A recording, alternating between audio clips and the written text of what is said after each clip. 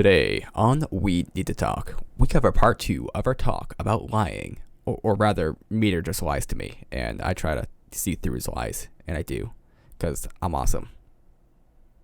We need to talk. All right. I've been bitten by a shark. How old was the shark? I don't know.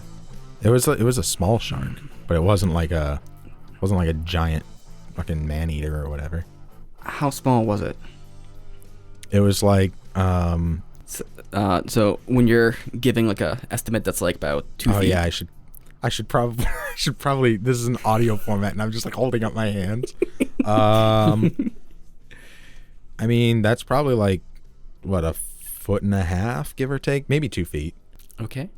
Where did your hand get bitten? Or it was your hand that got bitten first? Yes. Okay.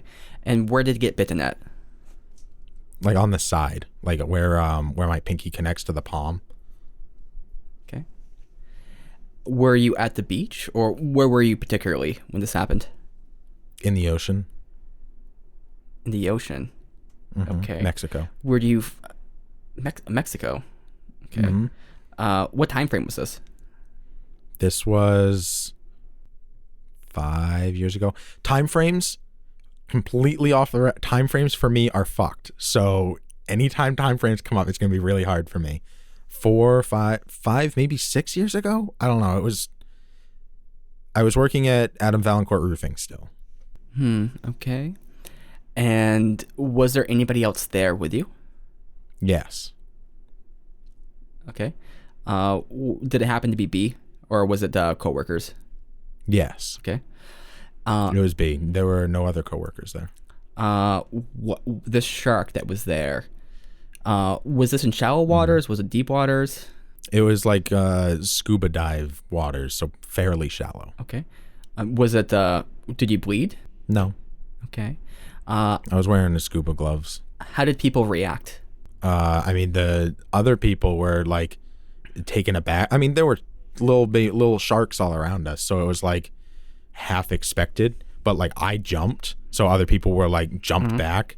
But the like scuba instructor guide people, there were 2 of them. They were both like laughing. I see. How did B react? She jumped way worse than me. When we say jump, so I'm trying to imagine this scenario. Are you like on a boat, or are you like underwater? No, I mean, we're scubaing. So like jumped, like recoiled. Okay. I'm picturing like jumping, but like I'm like, how does that work in water? Okay. Yeah, no, you can't really like underwater jumped. Recoiled is a better word. That sounds pretty fun. Scuba dive. It was really fun. It wasn't really scary. It was just kind of startling. Right. All right. Did you let it get close to you, or did you? Did it kind of get close to you and kind of like, oh, get away? I mean, we were swimming around, and there were fish, and there were those little sharks. Mm-hmm. We were just all swimming around. We were trying to look at all the fish, and get close to them. How did you know it was a shark? Because it looked like a shark. It had the tail. You know how the tail comes out and then it has the 2 things on the outside and then the big fin that goes, or I guess it's, I don't know if is that a fin? The arc up on the tail. I gotcha. I mean, wherever it is. So I'm going to say this is true. And my reasoning is, I think I remember you telling me something about this. I know that you went on a trip to Mexico, I think a while ago, when you were with Valancourt Roofing. And I know that you went there with B. And I'm pretty sure you went scuba diving. I don't know that for certain. It sounds like something that is recognizable. It's like kind of like in the ether of my brain. So I don't know if I'm mixing it up with something else. Because I know my brother also went scuba diving in Mexico because his former wife was, that's where she comes from. And so I know that he did it. So I might be mixing up a story there. It seems plausible that tiny shark like that, because most sharks are tiny by nature. Like very few sharks are actually big, which is kind of like one of those big misconceptions. So the idea that there would be a tiny shark out there that would bite you it seems somewhat likely, especially if the scuba divers or the instructors just kind of react like that. It sounds like something that just kind of happens. and it wasn't a big bite, which makes sense with a small shark. So everything seems plausible there, and it kind of fits into my timeline. Now, if this one could be a little bit tricky because I'm pretty sure you went to Mexico on this trip, but if you didn't do scuba diving, then it might be false. But that's where it's gonna be tough. But I'm gonna go with true on this one. Okay. This is false. Oh. So you must be messing it up with your brother, because I never went scuba diving. I think we went into the ocean to like swim like once. Otherwise we just kind of like chilled on the beach and got drunk the whole time. Yeah. It is mildly deceptive to like, because like we did go to Mexico, but like what other situation would I have ever been in to be bitten by a shark? So the whole everything other than, you know, I did go to Mexico with B is completely fabricated. Yeah, that one's a little bit tough because the whole question was, was it mixing this up with my brother's story? Because I know my brother didn't get bit in his, but at the same time I know he went scuba diving when he was there. He's got like a picture or two. Yeah. So it seemed plausible. Also, it seemed plausible you would do it while you're there. But I also knew that you're drinking. We had 2 excursions we could use, and I think we signed up to go scuba diving. I don't really remember, but it was at like 5 a.m. So we woke up in the morning, looked at each other, and we're like, and went back to sleep. That sounds about right. So, all right, let's do, that's what, 3? Hold on, that's 4, because I got 3-1. Okay. My favorite snack as a child was frozen corn. That one. That one's out of left field.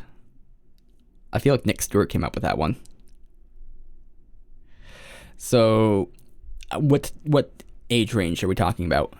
We're talking about like this would have been like at my grandmother's, so first grade to 3rd or 4th. Okay. And when did you grow out of this? Because I assume your favorite snack's not corn still, frozen corn. I mean, it's still a pretty good one, but like 5th grade or so. So how do you eat it? How does this work? You just take corn. It usually comes in a bag, and you open it up and you eat frozen corn out of a bag. Think popcorn without the pop. See, I feel like I would know this about you, but I also feel like this is something you would keep just for this moment. Like, if you purposely didn't tell anybody. Our whole friendship has been building up to this.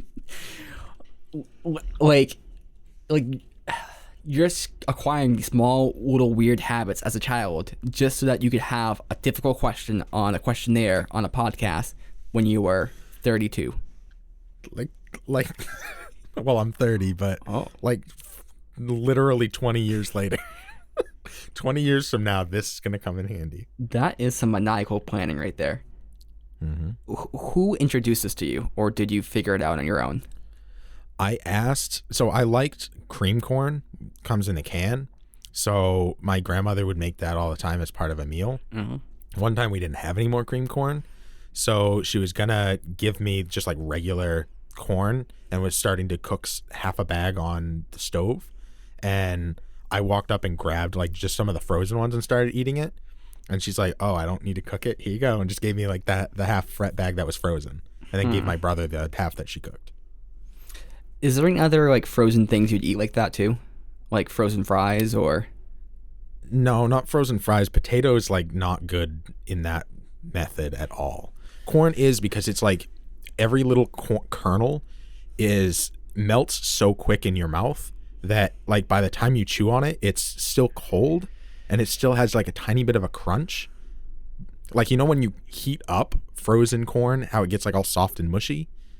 I liked the little crunch. It's like eating an ear of corn, but without having to actually like cook a whole ear of corn. You just like pop it right out of the freezer. So part of the draw is that it's just really easy. And part of the draw is that it's actually has great flavor and has that little bit of a crunch. I like chewing ice. Chewing ice is good. But that's the majority of it.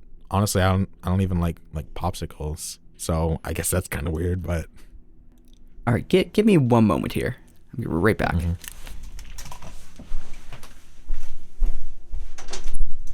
My assumption is he's going to get frozen corn to try and eat it, which is very good. I think it's against the spirit of the game, but I'm going to allow this because this is really good.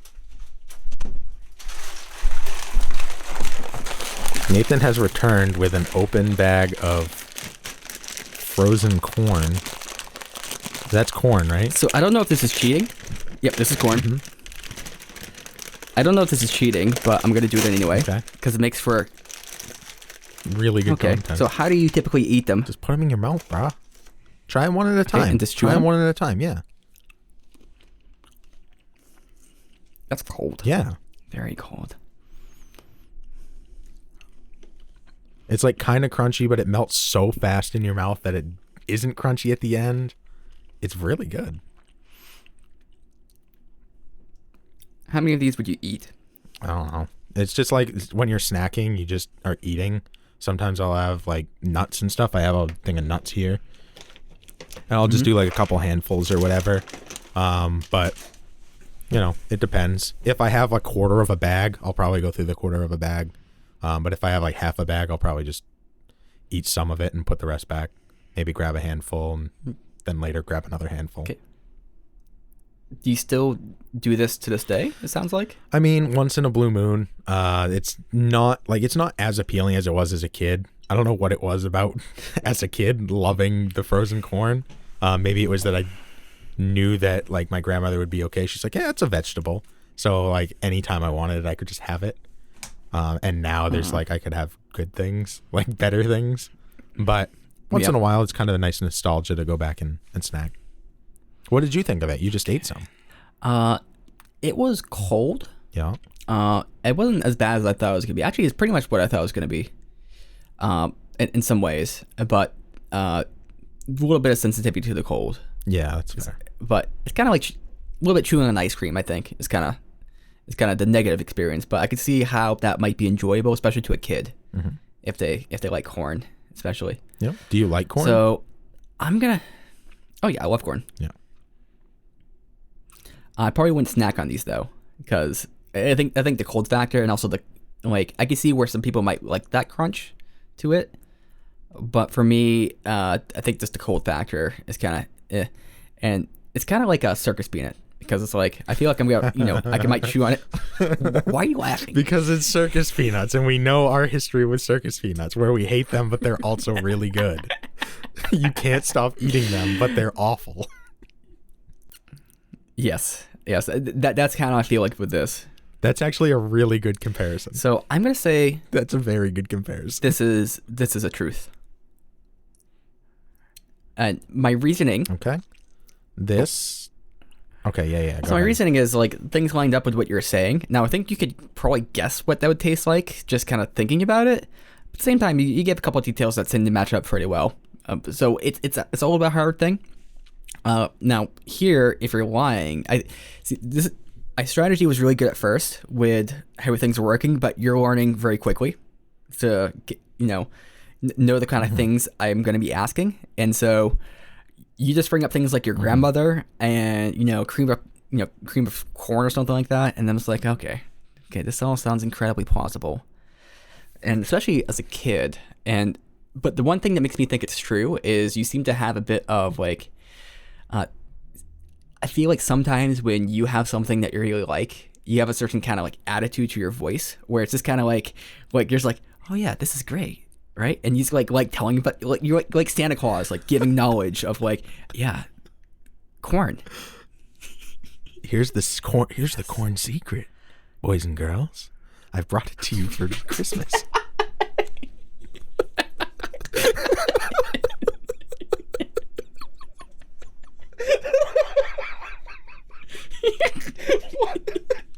Why was that so fucking stupid and funny? It wasn't funny until I said Christmas, and then it became really funny. With all that, I think this one is going to be true, but it could be.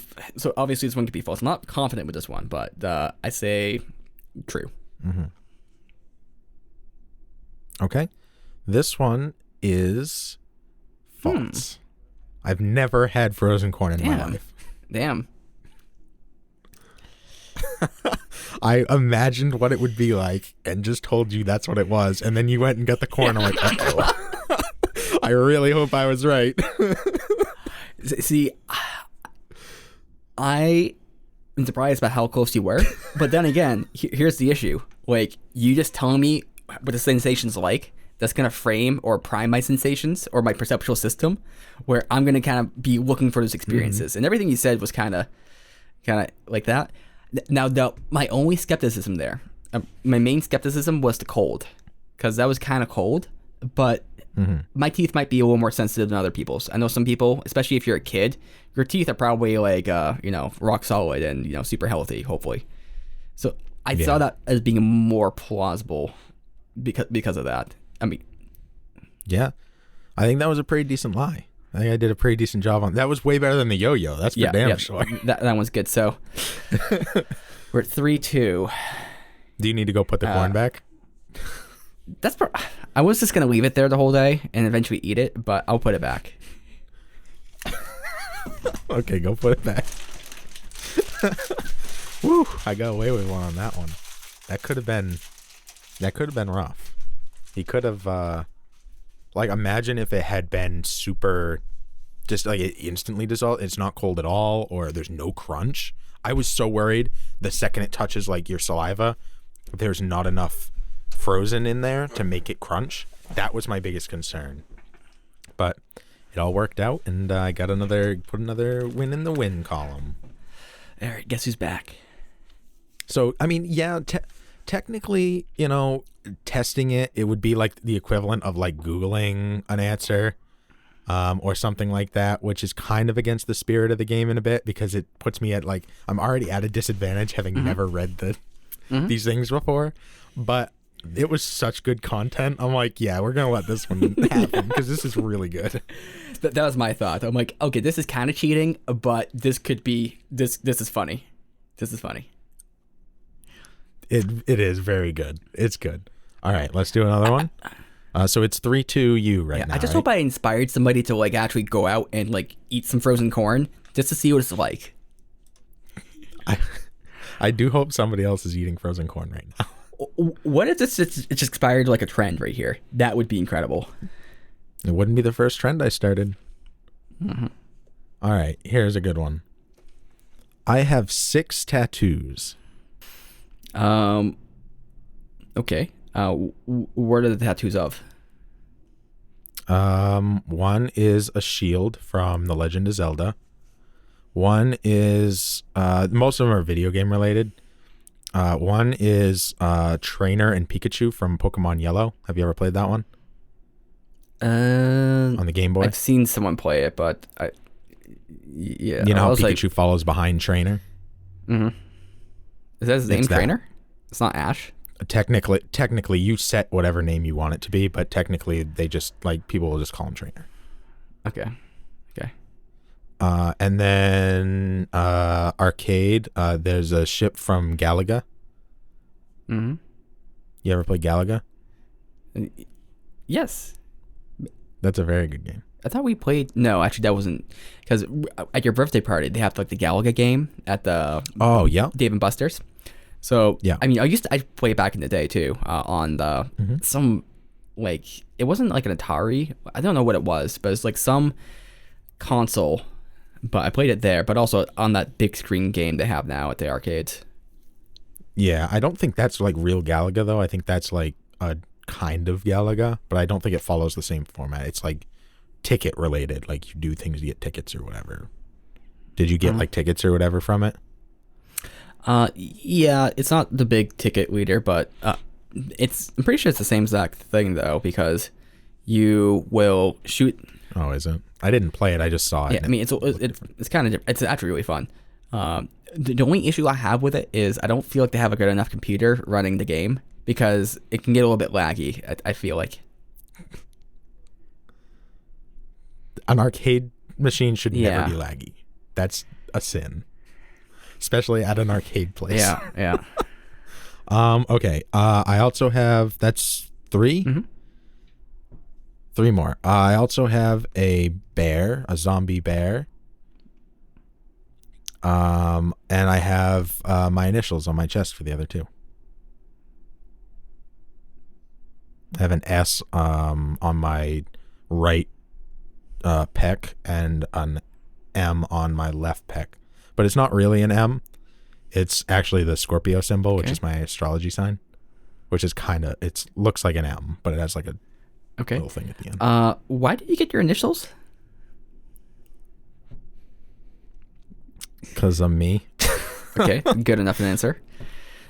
For number 4, so what inspired that? Which one was number 4? Something about Which a one bear. was number 4? Yeah. Oh, okay, the bear. I wanted a tattoo. I was gonna put it on my back, but then the tattoo artist convinced me not to put it on my back and said put it on your inner upper arm, and ended up being like my armpit down to my elbow on the inside of my bicep, and that hurt really bad. And I hadn't come up with like an idea, so the week before my appointment I sent them a message and I was like, so I'm thinking of a bear, but how about also a zombie? And they were like, I love that idea, and drew up a thing, and we went with it, and it's actually really cool. So you had booked the appointment and you didn't have an idea yet? Yes. Okay. Oh, this one would be different if it was like someone who didn't know some of the tattoos you already had. But for me right now, this one is like, are those other 3 tattoos true? Because I know like 3 of them are right, or I know 2 of them are right at the very least. I'm pretty sure 3 of them are right. The other 3, I'm not as certain. And also, I'm not certain about the legality of counting S as one and then M as the other, because I think there's one giant one. Though maybe you got one at one time and one at Not if they were gotten at different times. But then again, you get like sometimes you like do a tattoo and you do like half of it and then the other half later. They're on different parts of my body, and one is my astrology symbol and one is a letter S, which is the mathematical symbol for entropy. Is that true? I mean, you can Google it later. For now, let's say yes. The mathematical symbol for entropy. Is that why you got it? Entropy, yeah, randomness. Yes. And it was my initials. But that's like the reason I tell people is first I say, this is the mathematical symbol for entropy. And people are like, oh, that's really cool. And this one is my astrology symbol. And they're like, oh, that's cool. I'm like, and together they make my initials. And they're like, oh, that's real dumb. So, yeah. Because that one combined, But it's me. So how conceited am I? Am I conceited enough to have my own initials on my chest? I think this one's and to pass it off as the mathematical symbol for entropy. This one's really tough because that's something you would do because it's a high level troll. It's a very high level troll. It's also permanent. It's also permanent, Nate. Because you wouldn't get it done if you couldn't troll people like that, right?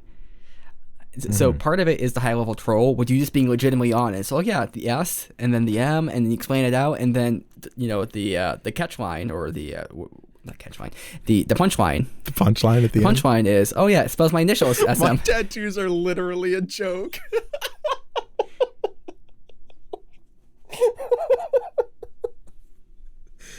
Did I miss something? I just think it's very funny that your concept is the reason for me getting the tattoos is to troll people and joke. And it's a joke. It is a permanent joke. Yes. That's something. It's not something I would do as far as like permanent kind of stuff, because I like more temporary jokes. I don't know. I don't like permanency. But I could see you. I know you have commitment issues. Now I've offended him. Well, it only hits a soft spot because I was just thinking like this morning, like, man, I really don't like committing to things, do I? And I started like just pondering about it. And now you say it, I'm like, fuck you, universe. Sorry. Fuck you, universe. Didn't mean to make you doubt your whole existence. Oh no, I'm being dramatic. So the whole question is that something you would do, and you're trying to downplay it because you're bringing up the permanent nature of it, and maybe it's not true you'd be doing it for trolling, but you're kind of pointing out a weakness in my my argument there. So it's making me think that you are trying to get me to say it is false for that reason because it's ludicrous. Now, you could get like super, hypothetical here and say maybe you're trolling the troll, right? Maybe you're saying that because you're trying to steer in the wrong direction, but I don't think that's true. I think that we're being straight up here. So I'm going to say that is... You gonna make me do them all, name them all again? No. I'm going to say true. Mm-hmm. Okay. This is true. Those are all my tattoos. I'm surprised you didn't ask who did them. You didn't ask when. You didn't ask where. You didn't ask anything. Oh, well. You're just like, would he have gotten those tattoos? No diving into the details, making me answer questions. Well, I inferred, and I was going to see if you were going to bring it up on your own, to be honest, because I've inferred that the person who did the zombie one was Dan Kelly, which I might be wrong about that, but I inferred that. I know he did another one of yours. So I know, I was pretty sure I knew who would have done it, or at least that one, because it sounded like, I know he's like super booked out, and for him you have to book way out, so it's pretty feasible that you'd have an appointment like way ahead of time, and then just kind of like forget about it and just be like, oh shit, I guess a zombie cow or whatever it was. Mm-hmm. Bear, but yeah. I think I have a picture of it somewhere I can send you. It's really cool. I am surprised about the S and the M one though. Mm-hmm. I got those when I was like in high school. Sasha did them. Really? I know she did like a little. See, this would have been interesting if you had asked questions about it, because it would have seemed way more far-fetched. But I didn't want to offer up stuff that seemed far-fetched and make you think that I was just making shit up to try and throw you off. It was, but she used a needle tied with string to the end of an unsharpened pencil, and then used a lighter to whatever make it so it was clean, and then dipped it in India ink and just stabbed me over and over and over. Did you get that done on your hand too? No. Or somewhere else? I have nothing on my hands. Everything's elbows or above. Elbows to neck. All right. Because I recall actually that I had a memory of you getting a tattoo from Sasha, but I thought it was like on your hand or something, but I'm getting that mixed up with Melcher. I mean, I remember you got a tattoo one, but I know Melcher did one like that with like a pen or something. Yeah. And kind of did a similar thing. That sounds like Melcher. I never really recalled or knew the full details about the other one, so that's interesting. Now, the reasoning for the S and the M, that's all correct? Yeah. Look it up. Type in mathematical symbol for entropy. And so how do you feel about my pro level troll on my own body? Was that set up as a troll? I mean, it's set up as what it is, and I can play it off very well as, like I like what they actually represent, but the reality is it's my initials on my chest. So as long as I'm upfront about it and understand how fucking stupid that is, it's okay. And it's funny in that regard. But if I was like super serious about it or like really indignant, then it would not be funny anymore. It would just be really sad. Right. Yeah, because the only way I can see you doing that is if it's like a sort of troll thing, or maybe not even a troll, but leave it up to people's perception. But it's not like you're like, yeah, Stephen fucking Meader right here.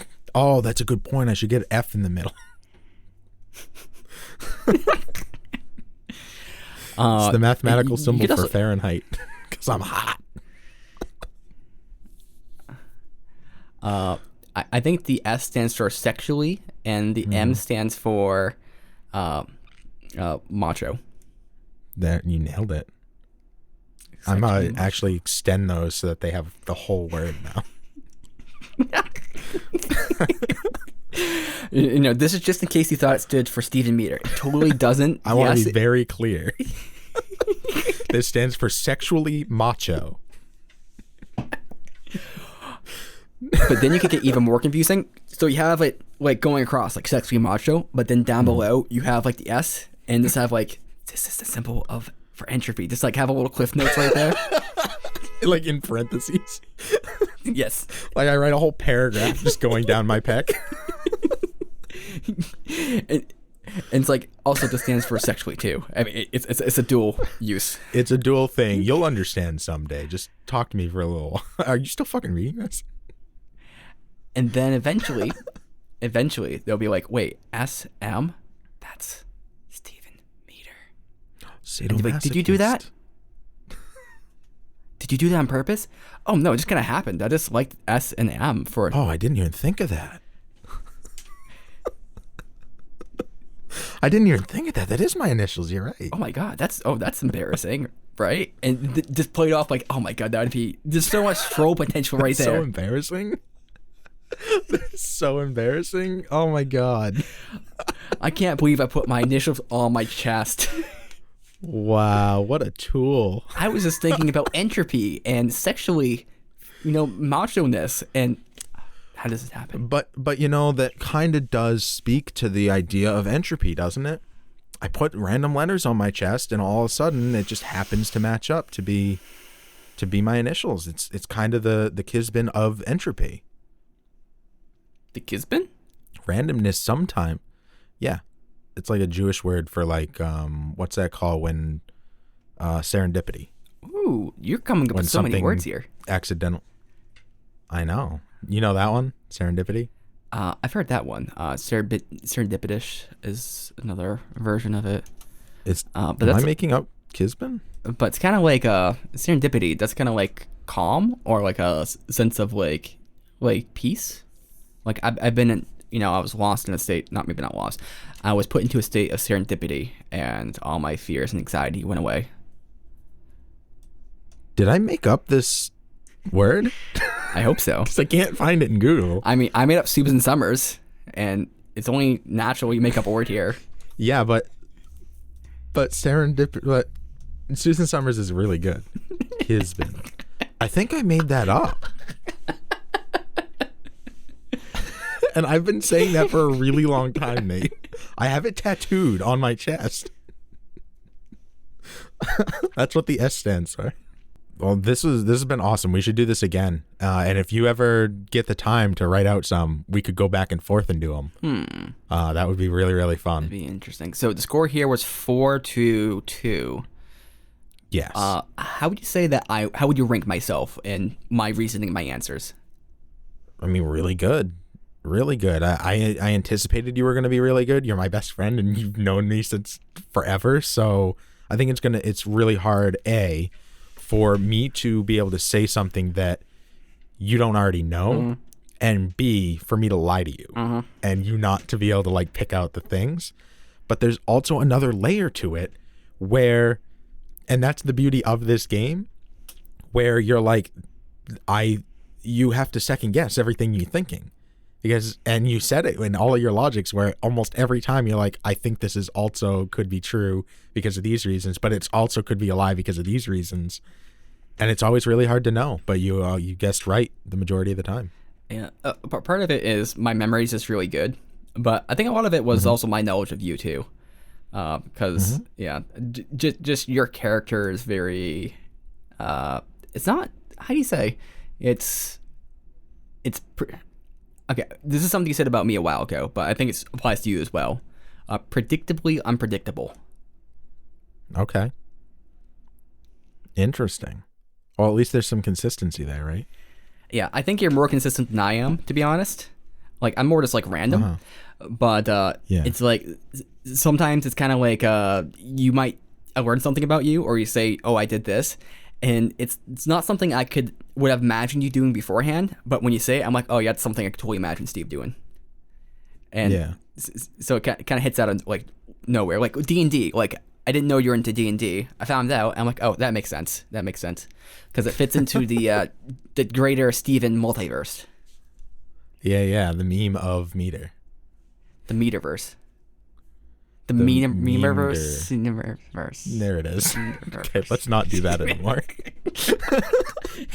Thank you all for listening. Nate, what was the one that you think was the most likely to be true, even including the ones that were true? Which one fits the meme diverse the most? I think it was the. Now I gotta remember all the ones that we went over, but I would say it was the first one. What was the first one? I don't know. I think it was something about your grandma and dojos, and like you were yo-yoing at somebody's place, and they said something about your I don't know, like a turtle biting you. No, actually, it wasn't a turtle. It was an octopus. Nate, we need to talk.